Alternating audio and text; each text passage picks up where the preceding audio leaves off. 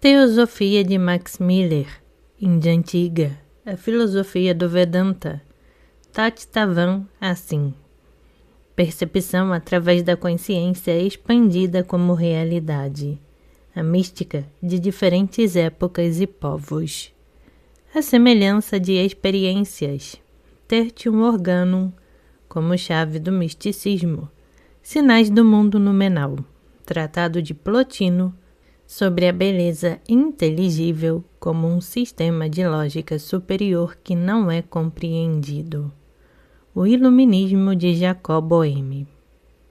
Uma harpa de muitas cordas, das quais cada corda é um instrumento separado, enquanto o todo é uma única harpa. O misticismo da Filocalia, Santa Ava Doroteu e outros. Clemente de Alexandria, Lao Tse e Zhuang Tse. Luz no caminho e voz do silêncio, os místicos muçulmanos. A poesia dos sufis, estados místicos sob narcóticos, a revolução anestésica. Experimentos do professor James, Dostoiévski e o tempo. Influência da natureza na alma do homem. Teria sido muito interessante e importante realizar um estudo histórico sobre a evolução de ideias e sistemas baseados na lógica superior, ou dela derivados, mas isto é extremamente difícil, quase impossível de fazer, porque, afinal, nada sabemos sobre a época de origem, os métodos e as formas de transição das ideias dos antigos sistemas filosóficos e doutrinas religiosas. Existem muitas conjecturas e suposições sobre as formas de transmitir ideias. Muitos deles foram considerados fora de dúvida, até que novas superposições surgiram para refutá-los. As opiniões dos investigadores são muito divergentes em muitas questões, e, em geral, seria extremamente difícil ou mesmo impossível encontrar o caminho através deste caos se nos baseássemos apenas no material acessível à investigação lógica. Não vou insistir na questão de transmissão de ideias do ponto de vista histórico ou de qualquer outro. Além disso, o meu exame dos sistemas referentes ao mundo das causas não pretende ser completo. Não é uma história do pensamento, mas apenas alguns exemplos de diferentes tendências de pensamento que levaram a resultados semelhantes. Em seu livro Teosofia ou Religião Psicológica, o famoso estudioso Max Miller oferece uma análise muito interessante das religiões místicas e dos sistemas filosóficos a elas relacionados e presta especial atenção à Índia e aos seus ensinamentos. O que não podemos estudar em nenhum outro lugar senão na Índia é a influência abrangente que a religião e a filosofia podem exercer sobre a mente humana, tanto quanto podemos julgar uma grande classe do povo da Índia, não apenas a classe sacerdotal, mas também a classe nobre, não apenas os homens, mas também as mulheres. Nunca considerou a sua vida na Terra como algo real. O que era real para eles era o invisível, a vida por vir. O que formou o tema das suas conversas, o que formou o tema das suas meditações, foi a única coisa real que emprestou algum tipo de realidade a este mundo fenomenal e real.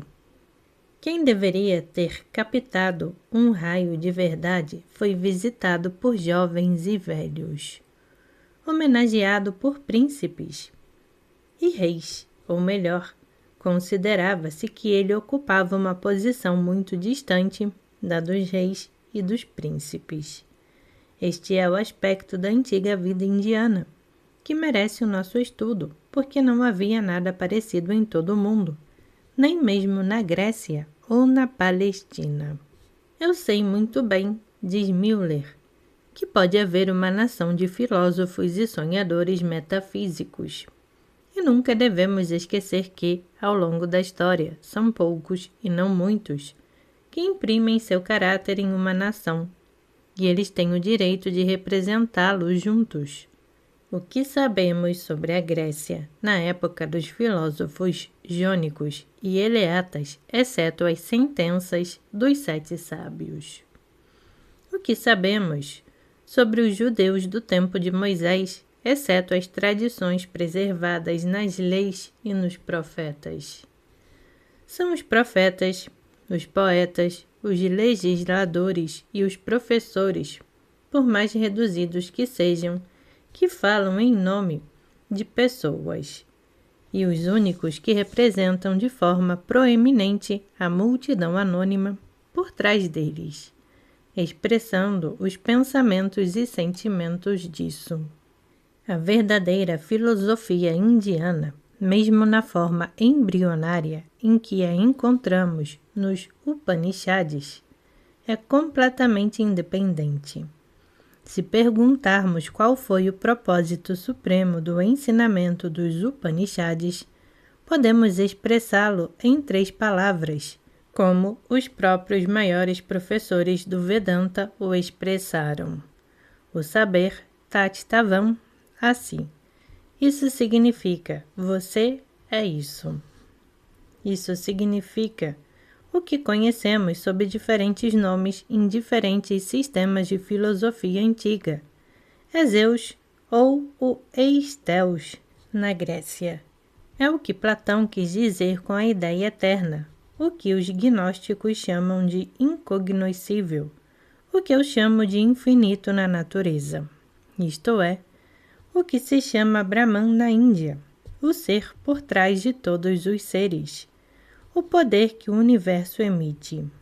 Ele o segura e o atrai de volta para si.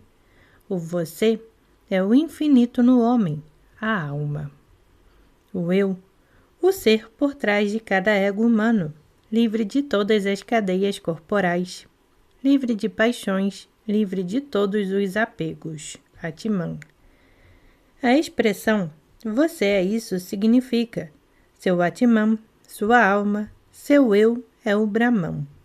Ou em outras palavras, o sujeito e o objeto do ser e de todo conhecimento são um e o mesmo.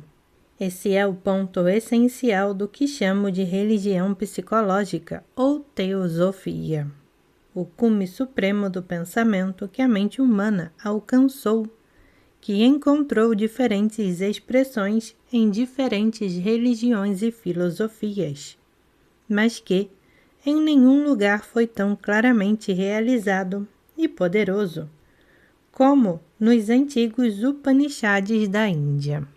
Pois, enquanto a alma individual não estiver libertada da nesciência ou da crença na dualidade, será necessária qualquer coisa, assim verdadeira para o conhecimento do eu ou verdadeiro autoconhecimento.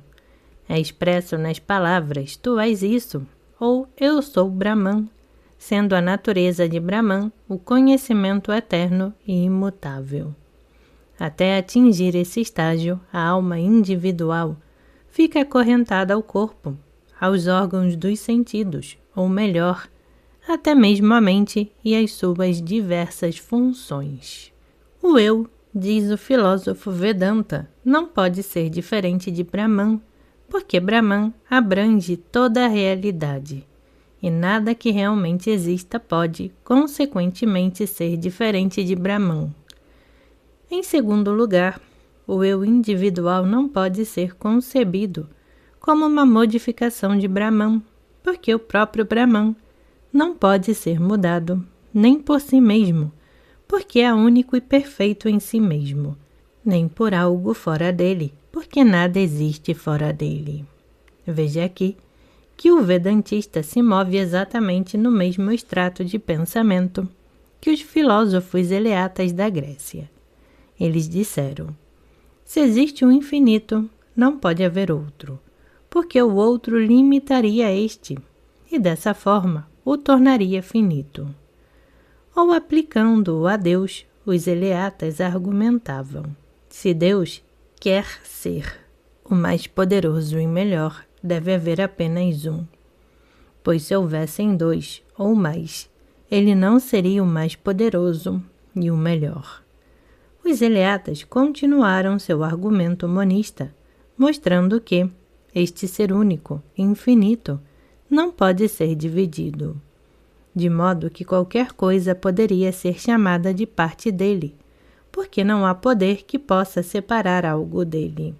Ou melhor, não pode nem ter partes, pois não tem começo nem fim. Não pode ter partes, pois uma parte tem começo e fim. Estas ideias eleáticas, nomeadamente que só existe e pode haver um ser absoluto infinito, invariável, sem segundo, sem partes e paixões, são as mesmas que fundamentam a Upanishads e que foram totalmente resolvidos nos Vedanta Sutras. Na maioria das religiões do mundo antigo, diz Müller, a relação entre a alma e Deus era representada como um retorno da alma a Deus, um anseio por Deus, uma espécie de nostalgia divina. Encontra expressão na maioria das religiões, mas o caminho que nos levará para casa e o acolhimento que a alma pode esperar na casa do Pai foram representados de formas muito diversas em diferentes países e línguas. Segundo alguns professores religiosos, o retorno da alma a Deus é possível após a morte apenas. De acordo com outros professores religiosos, a bem-aventurança final da alma pode ser alcançada ainda nesta vida. Essa bem-aventurança requer apenas conhecimento da unidade necessária do que é divino no homem, com o que é divino em Deus. Os brahmanes chamam isso de autoconhecimento, ou seja, o conhecimento de que nosso verdadeiro eu, se houver, só pode ser o eu que é tudo em tudo, e ao lado do qual não há mais nada. Às vezes, esse conceito de relacionamento íntimo entre as naturezas humana e divina surge repentinamente, como resultado de uma intuição inexplicável, ou a lembrança de si mesmo.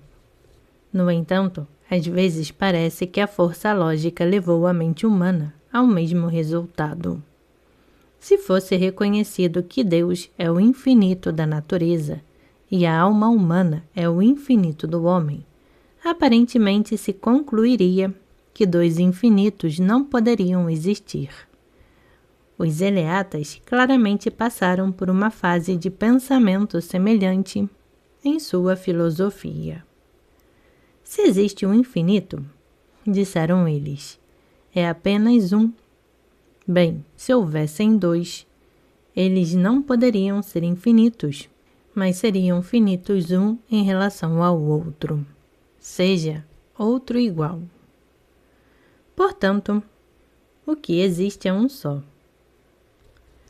Nada pode ser mais definido do que o monismo eleático. E com ele a admissão de uma alma teria sido inconcebível. O infinito no homem, diferente de Deus. O infinito na natureza. Na Índia, a conclusão foi que estes dois, Brahman e Atman, o espírito, eram um em natureza.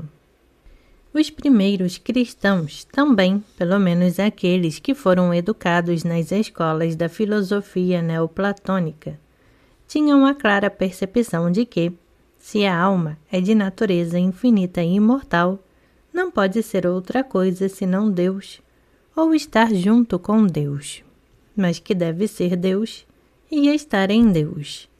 São Paulo expressou com ousadia esta mesma fé ou conhecimento quando pronunciou as palavras que assustaram muitos teólogos. Nele vivemos, nos movemos e existimos.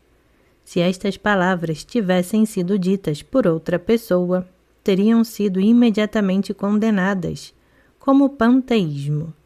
Certamente são, mas eles expressam a nota tônica do cristianismo. A filiação divina do homem é apenas uma expressão metafórica, mas foi originalmente concebida para incorporar a mesma ideia. E quando se perguntou como a consciência desta filiação divina poderia ter sido perdida, a resposta que o cristianismo deu foi: por pecado, e o dos Upanishads, por avidya, por ignorância.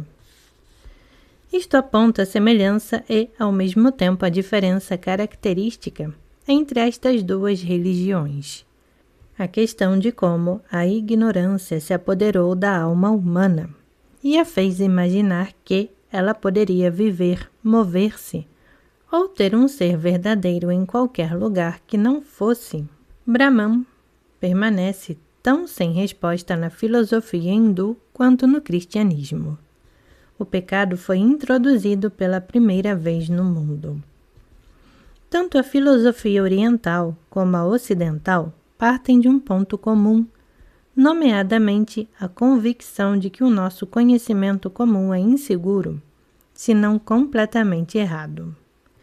Esta rebelião da mente humana contra si mesma é o primeiro passo em toda a filosofia. Na nossa linguagem filosófica, poderíamos expressar a mesma questão perguntando como o real se tornou fenomenal e como o fenomenal pode tornar-se real novamente. Em outras palavras, como o infinito se tornou finito, como o eterno se tornou temporal, e como o temporal pode recuperar a sua natureza eterna. Para expressar numa linguagem mais familiar como este mundo foi criado e como pode ser descriado novamente. A vidya é a causa da semelhança fenomenal. Nos Upanishads, o significado de Brahman muda. Às vezes, ele é quase um Deus objetivo, existindo separadamente do mundo. Então vemos que Brahman é a essência de todas as coisas e a alma, sabendo que não está mais separada daquela essência, aprende a lição suprema de toda a doutrina Vedanta. Tat Tavam assim, você é isso. Houve um tempo em que você poderia ser algo independente. É isso que você é. Você realmente não é nada separado da essência divina. Conhecer Brahman é ser Brahman. Quase nas mesmas palavras dos filósofos eleatas e dos místicos alemães do século XIV, o vedantista argumenta que seria uma contradição em si mesmo admitir que qualquer coisa pudesse existir além do infinito ou Brahman, que é tudo em tudo, e que, portanto, a alma também não pode ser algo diferente dela, e nunca pode reivindicar uma existência separada e independente. Em segundo lugar, uma vez que Brahman deve ser concebido como perfeito e, portanto, imutável, a alma não pode ser concebida como uma modificação ou deteriorização real de Brahman. Em terceiro lugar, como Brahman não tem começo nem fim, nem pode ter qualquer parte, portanto a alma não pode ser uma parte de Brahman, mas o todo de Brahman deve estar presente em cada alma individual. Isto é o mesmo que o ensinamento de Plotino, que manteve com igual consciência que o verdadeiro ser está totalmente presente em todas as partes do universo. A filosofia Vedanta baseia-se na convicção fundamental de que a alma e o ser absoluto, ou Brahman, são um em sua essência. O princípio fundamental da filosofia Vedanta é que, na realidade, nada existe e não pode existir exceto Brahman, que Brahman é tudo. Na Índia, como em outros lugares, o homem inicialmente imagina isso, em seu caráter individual, corporal e espiritual. É algo que existe e que todos os objetos do mundo externo também existem como objetos. A filosofia idealista eliminou este preconceito do velho mundo, mais completamente na Índia do que em qualquer outro lugar. A ignorância, ao criar a divisão entre a alma individual e Brahman, só pode ser removida pela ciência ou conhecimento.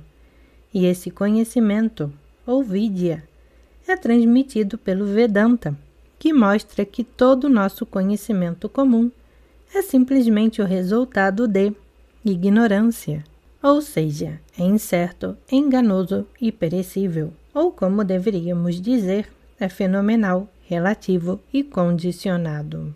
O verdadeiro conhecimento ou conhecimento completo não pode ser obtido por percepção sensorial ou inferência. Segundo os vedantistas ortodoxos, apenas Shruti, ou o que é chamado de revelação, pode transmitir esse conhecimento e remover a ignorância que é inata na natureza humana. Do Brahman superior, nada pode ser predicado, exceto que ele é, e que através da nossa ignorância parece ser isto ou aquilo. Quando pediram a um grande sábio indiano que descrevesse Brahman, ele simplesmente permaneceu em silêncio e essa foi a sua resposta. Quando se diz que Brahman é, isso significa ao mesmo tempo que Brahman não é. Isto é, que Brahman não é nada que supostamente exista em nossas percepções sensoriais. Independentemente do que pensemos desta filosofia, diz Müller, não podemos negar a sua audácia metafísica e a sua coerência lógica. Se Brahman é tudo em tudo, o um sem segundo, não se pode dizer que existe nada que não seja Brahman. Não há espaço para nada fora do infinito e do universal. Nem há espaço para dois infinitos, para o infinito na natureza e o infinito no homem. Existe e pode haver um infinito, um Brahman. Este é o começo e o fim do Vedanta. O que tem sido frequentemente citado como o mais breve resumo do Vedanta, em algumas linhas, representa o Vedanta de Sankara, um comentarista e intérprete do Vedanta. Brahma é verdadeiro, o mundo é falso, a alma é Brahma e nada mais. Este é realmente um resumo muito perfeito.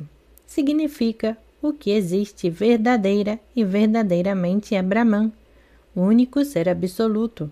O mundo é falso, ou melhor, não é o que parece ser. Ou seja, tudo o que os sentidos nos apresentam é fenomenal e relativo, não podendo ser outra coisa.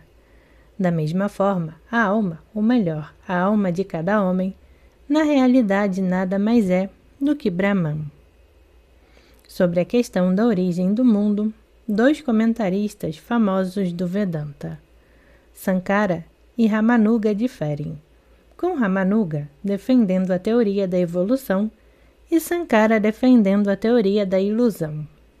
É muito importante notar que o vedantista não vai tão longe quanto certos filósofos budistas que consideram o mundo simplesmente como nada.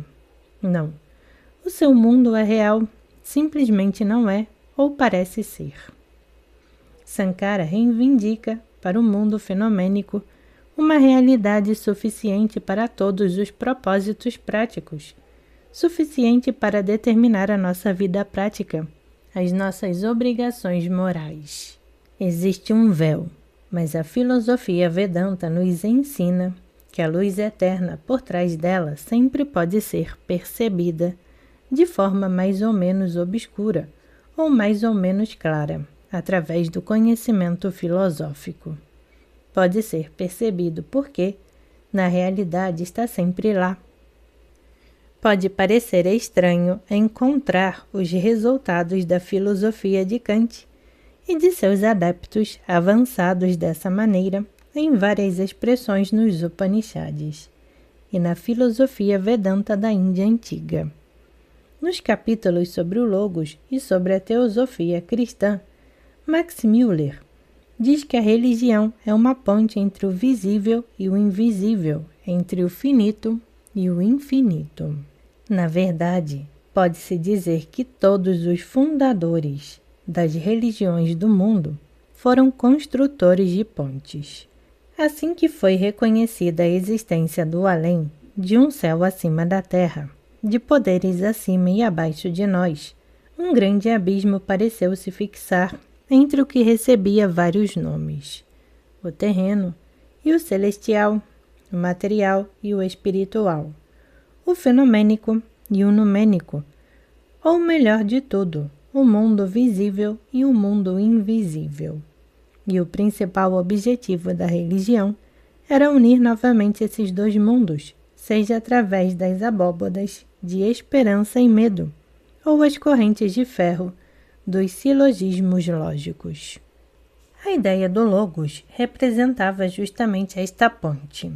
Assumiu formas muito variadas que expressavam o primeiro pensamento divino, e então eles foram personificados e transformados no Filho de Deus, encarnado na Terra.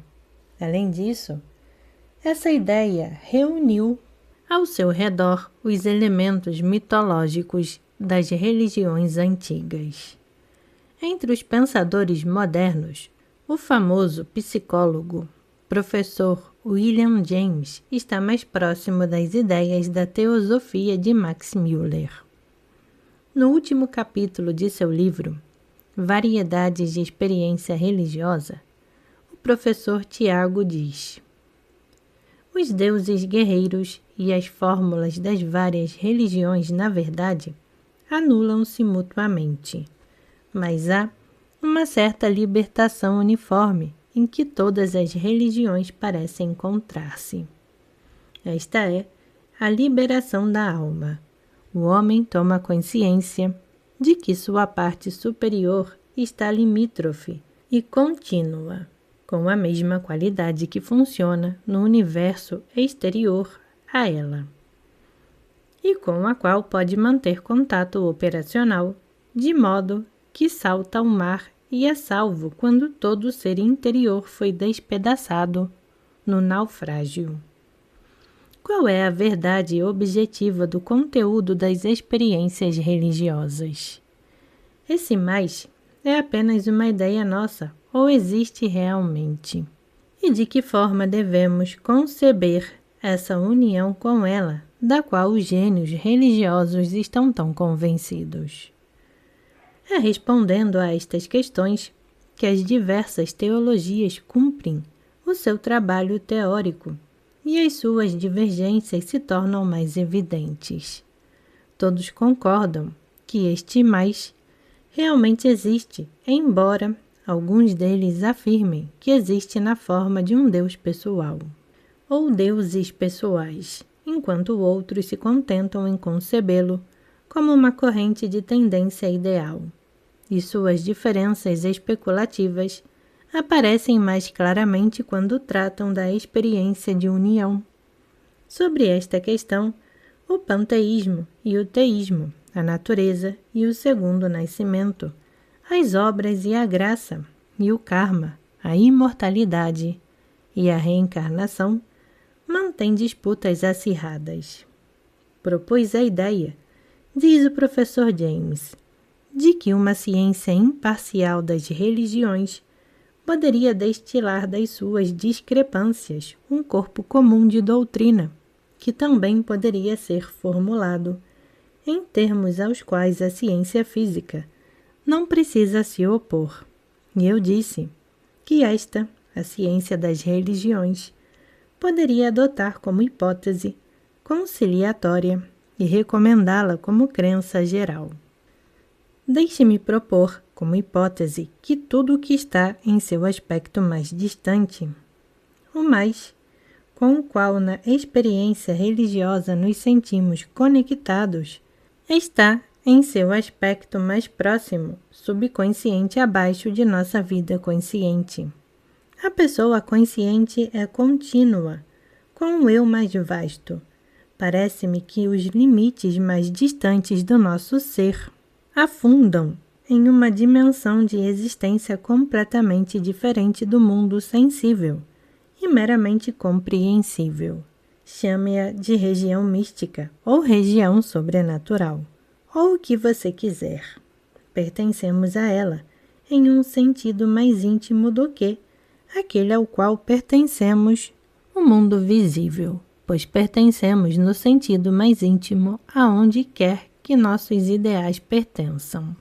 A comunhão com este mundo invisível é um processo real com resultados reais.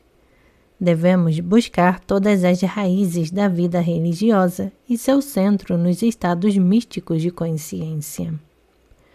O que é então o misticismo? Voltando à terminologia estabelecida nos capítulos anteriores, podemos dizer que os estados místicos de consciência estão ligados à cognição em condições de consciência expandida. Até tempos muito recentes, a psicologia científica recusava-se a reconhecer a realidade da experiência mística e considerava todos os estados místicos como condições patológicas e insalubres da consciência comum. Muitos psicólogos positivistas ainda mantêm esta opinião, misturando num único bloco estados místicos reais, perversões pseudomísticas do estado comum, estados puramente psicopáticos e engano mais ou menos consciente. Naturalmente, isso não ajuda a compreender corretamente o problema. Portanto, antes de prosseguirmos, devemos estabelecer os meios pelos quais seremos capazes de separar os estados místicos reais. O professor James fornece certos critérios para distinguir estados místicos: inexprimibilidade em palavras, intuitividade, qualidade involuntária e etc. Mas ele mesmo ressalta que todas essas características também pertencem aos estados emocionais comuns e não define exatamente o que constitui a diferença entre estados místicos e estados emocionais que são, na verdade, muito próximos dos primeiros em seu caráter. Se considerarmos os estados místicos como cognição através da consciência expandida, podemos apresentar critérios muito claros para discerni-los e selecioná-los no conjunto geral da experiência psicológica. 1. Os estados místicos proporcionam conhecimentos que nada mais pode dar. 2. Os estados místicos dão conhecimento do mundo real, com todos os seus atributos. 3. Os estados místicos dos homens pertencentes a diferentes épocas e povos mostram uma semelhança surpreendente e, às vezes, uma identidade completa. 4. Os resultados da experiência mística são totalmente lógicos do nosso ponto de vista comum. São superlógicos, ou seja, o tertium organum é precisamente a chave da experiência mística. É plenamente aplicável a eles. Esse último é especialmente importante. A ilogicidade dos resultados da experiência mística fizeram com que a ciência os repudiasse. Estabelecemos agora que ilogicidade, do nosso ponto de vista, é a condição necessária para conhecer a verdade ou o mundo real. Isto não significa que tudo o que é ilógico seja verdadeiro ou real, mas certamente significa que tudo o que é verdadeiro e real é do nosso ponto de vista ilógico. Estabelecemos o fato de que, com a nossa lógica, é impossível chegar perto da verdade. E também estabelecemos a possibilidade de um novo instrumento de pensamento, o que ajuda a penetrar em regiões até então inacessíveis. Sem dúvida, o conhecimento da necessidade de se ter tal instrumento de pensamento já existia há muito tempo. Pois qual é a fórmula? Tacituam, como? Mas o axioma fundamental da lógica superior. Você é isso significa você é você e não você, e corresponde à fórmula superlógica. A é ao mesmo tempo A e não A. Se examinarmos os escritos antigos deste ponto de vista, compreenderemos que os seus autores procuraram uma nova lógica, e eles não estavam satisfeitos com a lógica das coisas do mundo fenomênico. Então, entenderemos a aparente ilogicidade dos antigos sistemas filosóficos, que pareciam construir para si um mundo ideal em vez do existente. É precisamente nestas construções de um mundo ideal que os sistemas da sociedade estão muitas vezes escondidos. Uma dessas tentativas de construir um sistema de lógica superior, fornecer um instrumento exato de pensamento que penetrasse além dos limites do mundo visível, é o Tratado de Plotino, sobre a beleza inteligível. Descrevendo o céu e os deuses, Plotino diz: todos os deuses são veneráveis e belos, e sua beleza é imensa. Contudo, o que mais é isso senão o intelecto através do qual eles são assim? E por que o intelecto é energizado neles de uma forma tão grande que os torna visíveis através da sua luz? Pois os deuses que têm corpos não derivam disso sua substância como tais, pois eles não são, uma vez sábios, e carecem de sabedoria, mas são sempre sábios, e um intelecto impassível, estável e puro pela providência, não os assuntos humanos, mas os seus próprios, que são divinos, e tais como o intelecto hoje vê. Para todas as coisas existe o céu, e aí a terra é o céu, como também o mar, os animais, as plantas e os homens. Da mesma forma, os deuses que o céu contém não pensam que os homens não sejam dignos de sua consideração, ou qualquer coisa que ali esteja, porque tudo ali é divino, e ocupam e preenchem essa região sem cessar. Abençoada! Pois bem, a vida que aí existe não vem acompanhada de trabalho, e a verdade, como diz Platão, em Fedro, é a sua geradora, e a comida, sua essência e enfermeira.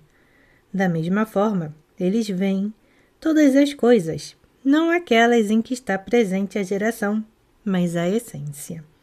E eles são percebidos nos outros.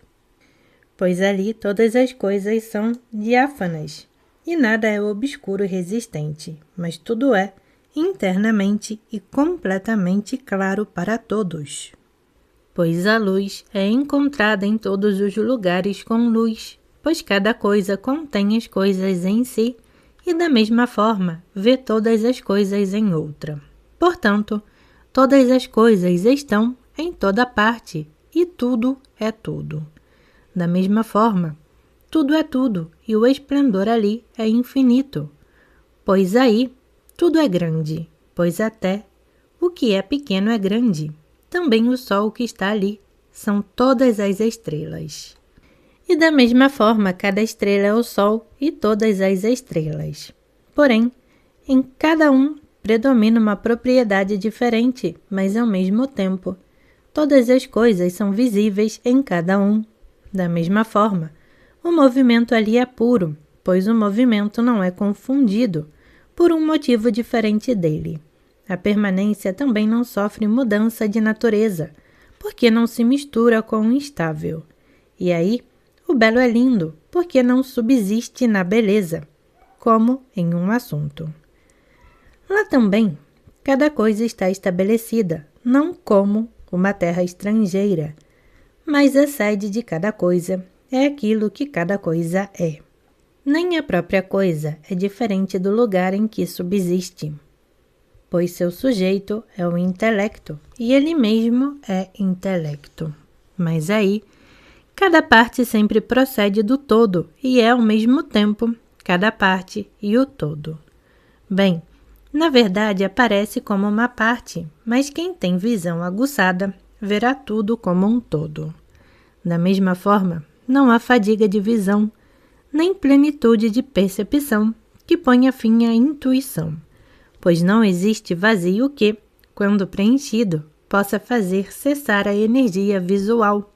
Nem isto é uma coisa e aquilo é outra, a ponto de tornar uma parte de uma coisa hostil à de outra. E aquele conhecimento, que é insaciável aí, o é porque a sua plenitude nunca o faz desprezar aquilo que o preenche, pois vendo-o, ele vê mais abundantemente, e percebendo-se, e percebendo que os objetos de sua percepção são infinitos, ele segue sua própria natureza, em contemplação incessante. E aí, a vida é sabedoria, uma sabedoria não obtida por meio de um processo racional, pois sua totalidade sempre existiu e em nenhum aspecto foi deficiente. Mas é a primeira sabedoria e não deriva de outra. Surpreendentemente semelhante a Plotino, é James Boehme, que era um sapateiro comum na cidade alemã de Görlitz, no final do século XVI e início do século XVII, e que deixou toda uma série de escritos notáveis nos quais descreveu o conhecimento que lhe veio em momentos de relâmpago. Sua primeira iluminação ocorreu em 1600, quando tinha 25 anos.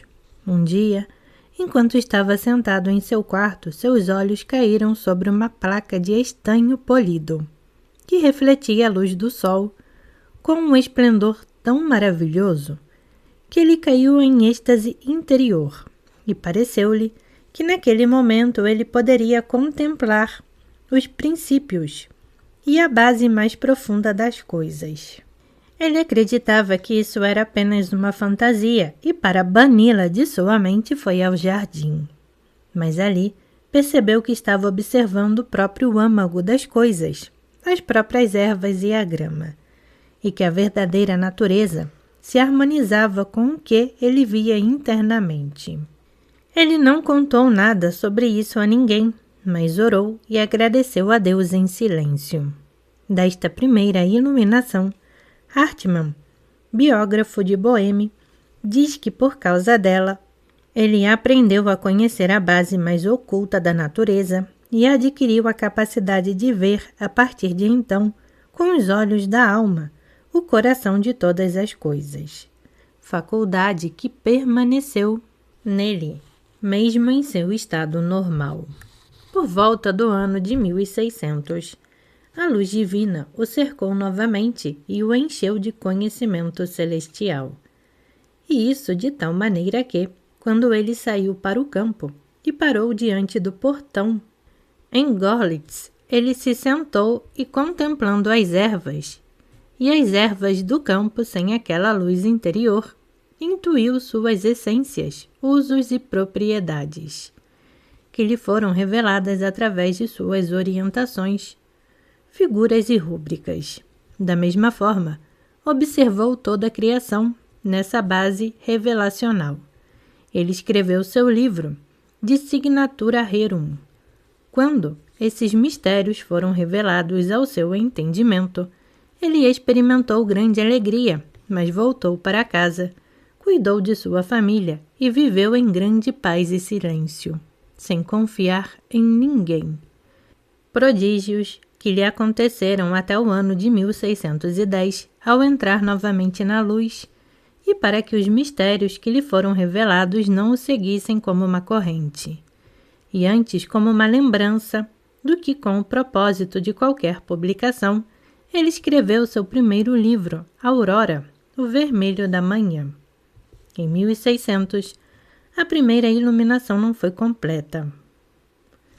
10 anos depois, em 1610, ele teve outra experiência interior notável e com mais perfis claros. A seguinte citação é do livro Consciência Cósmica do Dr. Buck, Filadélfia, 1905. Quando sua terceira iluminação ocorreu, o que lhe parecia caótico e variado em visões anteriores, ele agora reconheceu como uma unidade, como uma harpa de muitas cordas, da qual cada corda é um instrumento separado, enquanto o todo é uma única harpa. Reconheceu então a ordem divina da natureza e como brotavam diferentes ramos do tronco da árvore da vida, com folhas, flores e frutos múltiplos, e sentiu-se compelido a escrever o que viu e preservar esses registros. Ele mesmo fala assim de sua iluminação final e completa. A porta se abriu para mim e em 1/4 de hora eu vi e soube mais do que se tivesse passado muitos anos juntos em uma universidade. Fiquei muito impressionado com isso e imediatamente voltei minha oração a Deus por isso. Vi e conheci o ser de todos os seres, a textura e o abismo da geração eterna da Santíssima Trindade, a descida e a origem do mundo e de todas as criaturas através da sabedoria divina. E vi e conheci toda a essência operante no mal e bom e a origem e existência de cada um deles. E de maneira semelhante, como as entranhas prolíficas da eternidade os deram à luz, de modo que não apenas fiquei muito maravilhado com isso, mas também me regozijei muito. Boehme diz em um de seus escritos descrevendo suas iluminações: de repente meu espírito abriu caminho até a origem mais profunda da gênese da divindade, e ali o amor me abraçou como um noivo abraça sua amada noiva. Mas a grandeza do triunfo que existiu no espírito não posso expressar falando ou escrevendo, nem pode ser comparado com nada, exceto com aquele em que a vida é gerada no meio da morte, e se assemelha à ressurreição dos mortos. Sob esta luz, meu espírito de repente viu através de todas as criaturas, e em e através de todas elas. Até mesmo nas ervas e na grama, ele conheceu Deus, quem ele é, como ele é e qual é a sua vontade. E de repente, sob aquela luz, por um impulso poderoso, minha vontade começou a descrever o ser de Deus.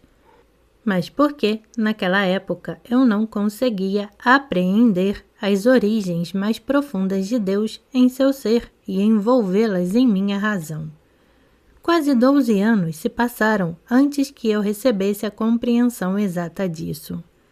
E aconteceu comigo o que acontece com uma pequena árvore que está plantada no solo, e a princípio é jovem e tenra, e tem um aspecto florescente, principalmente se cresce viçosa. Mas não dá frutos, e embora dê flores, elas caem. Da mesma forma, muitos ventos, geadas e neves sopram sobre ela, antes que se desenvolva e dê frutos. Os livros de Boehme estão repletos de espanto com os mistérios que lhe foram revelados. Eu era tão simples em relação aos mistérios ocultos, ele escreve, quanto mais humilde de todos, mas minha Virgem me ensinou as maravilhas de Deus para que eu escrevesse sobre suas maravilhas. Embora, na verdade, meu objetivo seja escrever isso como um lembrete para mim mesmo. Não sou eu, o eu que sou, ele diz, que sabe essas coisas, mas Deus as conhece em mim. Se você completar o seu eu e o mundo externo, e o que acontece lá, você descobrirá isso. Com relação ao seu eu externo, você é esse mundo externo. Seus diálogos entre um discípulo e seu mestre são notáveis. Discípulo e mestre devem ser entendidos como a consciência inferior e superior do homem. O discípulo disse ao seu mestre, Senhor, como posso chegar à vida supersensível para ver Deus e ouvir Deus falar? O mestre respondeu, Filho, quando você puder se jogar nisso, onde nenhuma criatura habita, mesmo por um momento, então você ouvirá o que Deus fala. Discípulo, aquele onde não mora nenhuma criatura, é muito perto ou longe. Mestre, está em você, e se por um momento, meu filho, você puder fazer cessar todos os seus pensamentos e desejos, então ouvirá as palavras inefáveis de Deus. Discípulo, como poderei ouvir você falar quando acalmar meus pensamentos e desejos? Mestre, quando você acalma os pensamentos do eu e os desejos do eu, quando seu intelecto e a sua vontade estão quietos e passivos diante das expressões da palavra e do Espírito eternos, e quando sua alma voar acima do que é temporal, com os sentidos externos e a imaginação fechados por uma abstração sagrada, então a audição, a visão e a fala eternas serão reveladas em você, e assim Deus ouve e vê através de você, sendo agora o órgão do seu espírito, e assim Deus fala em você e sussurra ao seu espírito, e o seu espírito ouve a sua voz. Portanto, você será abençoado se conseguir acalmar seus próprios pensamentos e desejos e parar a roda de sua imaginação e de seus sentidos, já que nada além do que você ouve e deseja o atrapalha. Portanto, você não vê ou ouve nada a Deus. Discípulo, querido mestre, não aguento mais ser distraído por alguma coisa. Como posso encontrar o caminho mais próximo para isso? Mestre, onde o caminho for mais árduo, percorra-o, e que o mundo rejeita, eleve-o. E o que o mundo faz, não faça, em vez de, em todas as coisas. Marche na direção oposta ao mundo. Dessa forma, você chega ao caminho mais próximo do que procura. Discípulo, como posso alcançar a unidade de vontade e como entrar na unidade de visão? Mestre, veja o que eu digo. O olho direito olha diante de você na eternidade. O olho esquerdo olha para trás no tempo. Se agora você sofre porque está sempre olhando para a natureza e nas coisas do tempo, será impossível alcançar a unidade que você deseja. Lembre-se disso e observe. Não permita que sua mente entre ou seja preenchida com o que está fora de você. Também não olhe para trás. Não deixe que seu olho esquerdo o engane, criando continuamente uma representação após a outra, e assim despertando um desejo fervoroso de propriedade pessoal. Em vez de, deixe seu olho direito comandar seu olho esquerdo, mas você nunca alcançará a unidade de visão ou a uniformidade da vontade, exceto traduzindo o olho do tempo no olho da eternidade, e então descendo através destes, unidos através da luz de Deus dentro da luz da natureza. O terceiro diálogo é entre June, uma estudante, e Teóforo, seu professor, sobre o céu e o inferno. A estudante perguntou ao seu mestre: para onde vai a alma quando o corpo morre? Seu mestre lhe respondeu: não é necessário que eu vá a lugar nenhum. Claro que não, disse a curiosa June. Ao morrer, a alma não deve abandonar o corpo e ir para o céu ou para o inferno. Não é necessário que eu vá, respondeu o venerável Teóforo. A alma tem de antemão o céu e o inferno, tal como está escrito. E conforme um dos dois se manifeste nela, o céu ou o inferno, aí está a alma. Os extratos aqui citados são suficientes para indicar o caráter dos escritos de um sapateiro sem instrução, vindo de uma pequena cidade provincial na Alemanha, dos séculos XVI a XVII. Boheme é notável pela pronunciada intelectualidade de seus entendimentos, embora neles o elemento moral também seja muito forte. No livro já mencionado, Variedades de Experiência Religiosa, o professor William James dedica grande atenção ao misticismo cristão, o que muito contribuiu para o estabelecimento do aspecto cognitivo da mística. Diálogos na Vida Supersensual, por Jacobo Boehme, Londres, 1901. Dali retiro a descrição das experiências místicas de certos santos cristãos.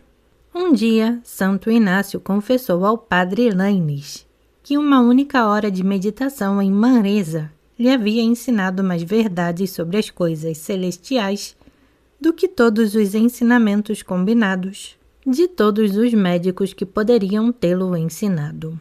Um dia, enquanto orava, nos passos do coro da igreja dominicana, ele viu claramente o plano da sabedoria divina na criação do mundo. Noutra ocasião, durante uma procissão, o seu espírito ficou extasiado em Deus e pôde contemplar, em forma e imagens adaptadas, a fraca compreensão de um habitante desta terra, o profundo mistério da Santíssima Trindade. Esta última visão inundou seu coração com tanta doçura que nas ocasiões subsequentes, apenas lembrar dela o fez derramar lágrimas abundantes. De modo semelhante aconteceu com Santa Teresa, que escreve: um dia, enquanto estava em oração, foi-me concedido perceber, num único instante, como todas as coisas são vistas e contidas em Deus. E ficou vividamente gravada em minha alma. É uma das mais notáveis de todas as graças que o Senhor me concedeu. A visão foi tão sutil e delicada que o entendimento não consegue compreendê-la. Ela prossegue dizendo que era como se a divindade fosse um diamante enorme e soberanamente límpido, no qual todas as nossas ações estavam contidas de tal forma que toda sua pecaminosidade era evidente como nunca antes. Outro dia, ela relata, Nosso Senhor me fez entender como é que um só Deus pode estar em 3 pessoas.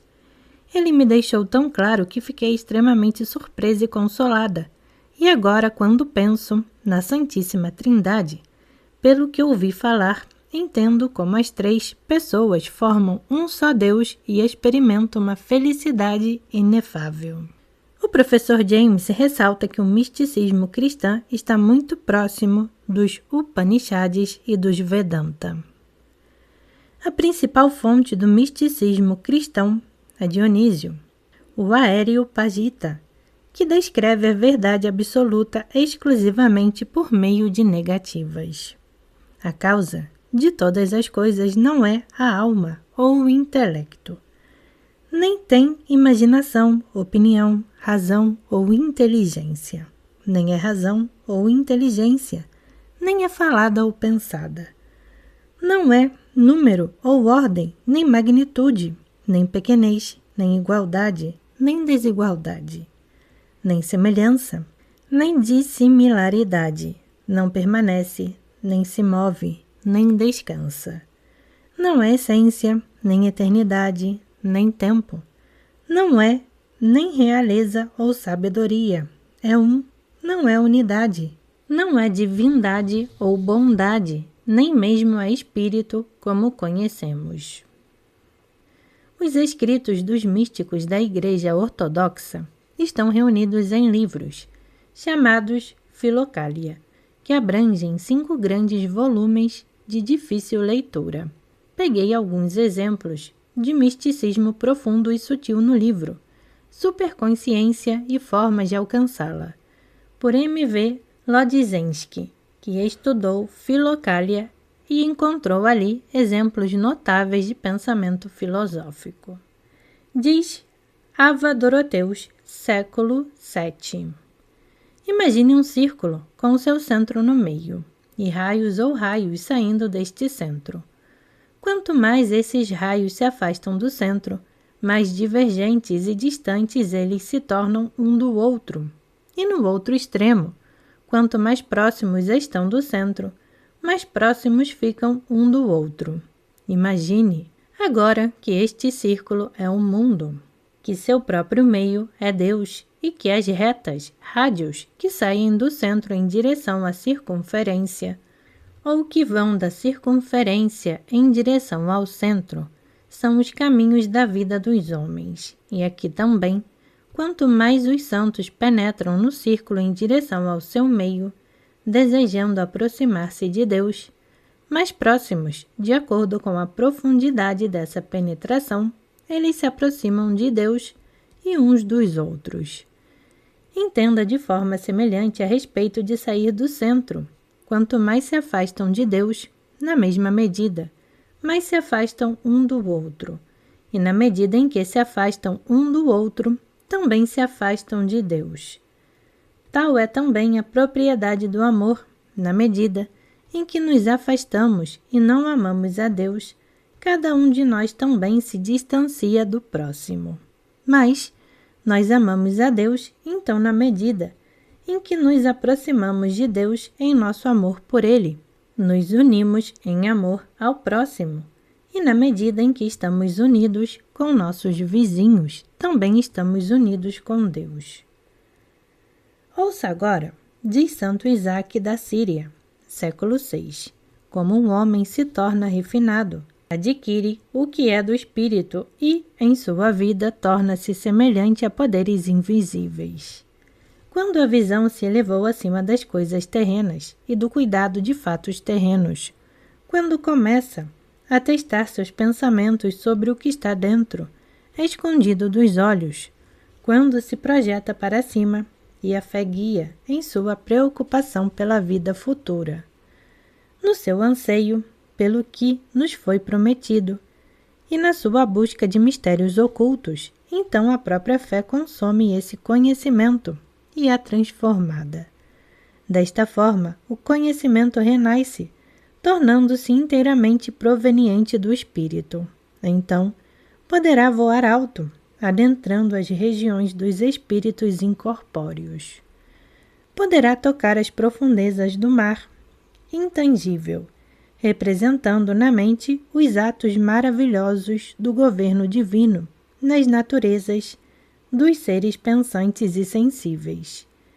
E pode sair em busca de mistérios espirituais que uma mente simples e sutil possa compreender. Então, os sentidos internos despertam diante do fato espiritual, assim como serão na vida imortal e imperecível, porque mesmo neste mundo ele experimentou, por assim dizer, secretamente, uma ressurreição mental, como verdadeiro penhor da ressurreição geral. Quando a graça do Espírito Santo, diz Maxim Kapsokalivich, dá-se sobre alguém, não lhe mostra nada das coisas comuns deste mundo sensível, mas que antes o faz ver coisas que nunca viu ou imaginou. Então, a mente daquele homem aprende do Espírito Santo os mistérios elevados e ocultos, que, segundo o divino Paulo, nem o olho humano pode compreender, nem a razão humana pode compreender sem ajuda. 1 Coríntios 2:9. E para que você entenda como nossa mente os vê, reflita sobre o que vou te contar. A cera, quando está longe do fogo, é dura e é possível manipulá-la e retê-la. Mas assim que for jogada no fogo, ela derrete imediatamente e nesse fogo ela acende e queima. Assim tudo se torna leve e tudo termina em chamas. O mesmo acontece com a mente humana quando está sozinha, desligada de Deus. Compreende, de maneira habitual, tudo o que a rodeia, segundo as suas potências. Mas quando se aproxima do fogo divino e do Espírito Santo, o fogo divino completamente envolve-o e torna-se totalmente leve. E assim, ardendo na chama do Espírito Santo, espalha-se em pensamentos divinos. Lodz Renskai, autor de Superconsciência, contou-me que no verão de 1910 ele estava em Yasnaya, Polana, visitando Tolstói, e conversei com ele sobre místicos e filocália. A princípio, Tolstói assumiu uma atitude muito cética em relação ao misticismo, mas quando Lodz Renskai leu para ele a citação dada aqui de Ava Doroteus sobre o círculo, Tolstói ficou muito entusiasmado, correu para outra sala e tirou uma carta na qual havia um triângulo. Isso revelou que Tolstói havia compreendido de forma quase independente o pensamento de Ava. Estava escrevendo para alguém que Deus era o ápice do triângulo e os homens eram as pontas dos ângulos. Ao se aproximarem um do outro, eles se aproximam de Deus, e ao se aproximarem de Deus, eles se aproximam um do outro. Poucos dias depois, Tolstói viajou para encontrar Lodizhensky, que morava perto de Tula, e lá leu diferentes partes do livro. Filocália. Me arrependo muito de não ter conhecido esses livros antes. São Basílio, o Grande, diz sobre a revelação divina. O brilho relâmpago da beleza divina é totalmente inefável e indescritível. Nenhuma palavra pode expressá-lo, nenhum ouvido pode capturá-lo. Se nomearmos o brilho do dia, a luz do dia, ou ao brilho do sol, nada disso é digno de comparação com o brilho da luz verdadeira, e em comparação está mais distante dela do que a noite mais profunda, ou a escuridão mais terrível, está do brilho do meio-dia. Quando esta beleza, invisível aos olhos do corpo e apreendida apenas pela alma e pelo pensamento, iluminou alguns santos, perfurando-os com um desejo insuportável de ver a beleza divina eternamente duradoura. Então, a vida presente os repugnava e eles a carregavam como pesadas correntes. Vou-lhe contar uma palavra estranha, diz São Teógenes. Não se surpreenda. Existe um sacramento oculto que ocorre entre Deus e a alma. Isso ocorre com aqueles que atingiram a medida suprema da pureza perfeita do amor e da fé. Quando um homem completamente transformado se une incessantemente a Deus, como se fosse seu, através da oração e da contemplação.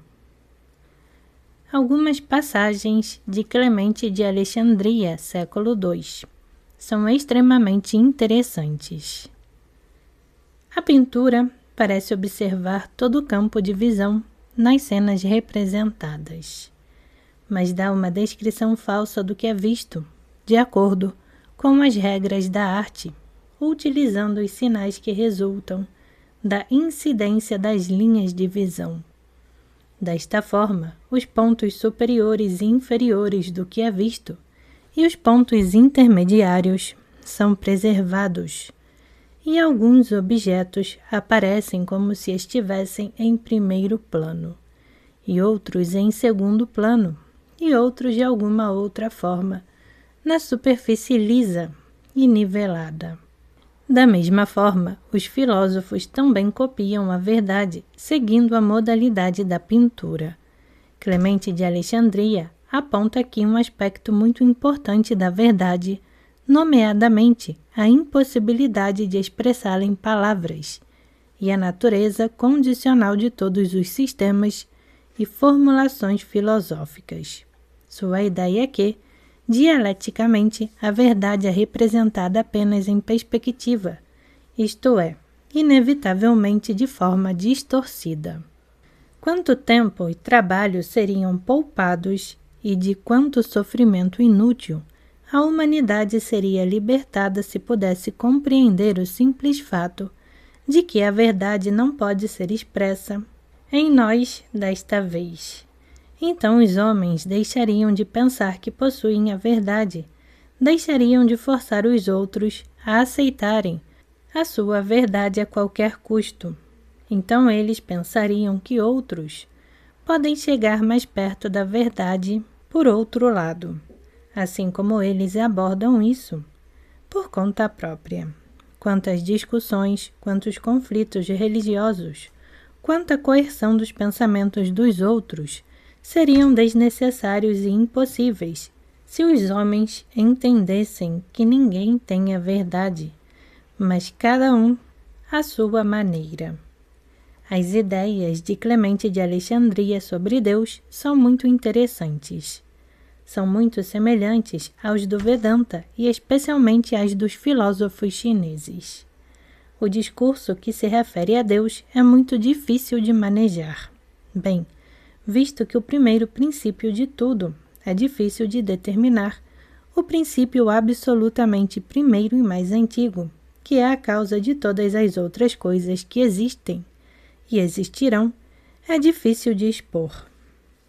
Como pode ser expresso aquilo que não tem gênero, diferença, espécie, indivíduo ou número? Que não é um evento, nem aquilo a que um evento acontece. Ninguém pode expressá-lo plenamente. Levando em conta sua grandeza, ele é classificado como todo e é o Pai do universo. Nenhuma parte dele deve ser predicada, pois o um é indivisível e, portanto, também é infinito, não considerado com referência à inescrutabilidade, mas com referência ao fato de que existe sem dimensões e não tem limite, e, portanto, não tem forma nem nome, e, se o nomearmos, não o faremos corretamente, chamando-o de um, de bom, de mente, de ser absoluto. Pai, Deus, Criador ou Senhor. Não falamos como se estivéssemos fornecendo seu nome, mas necessariamente usamos bons nomes para que a mente possa tê-los como ponto de apoio, para não errar em outros aspectos.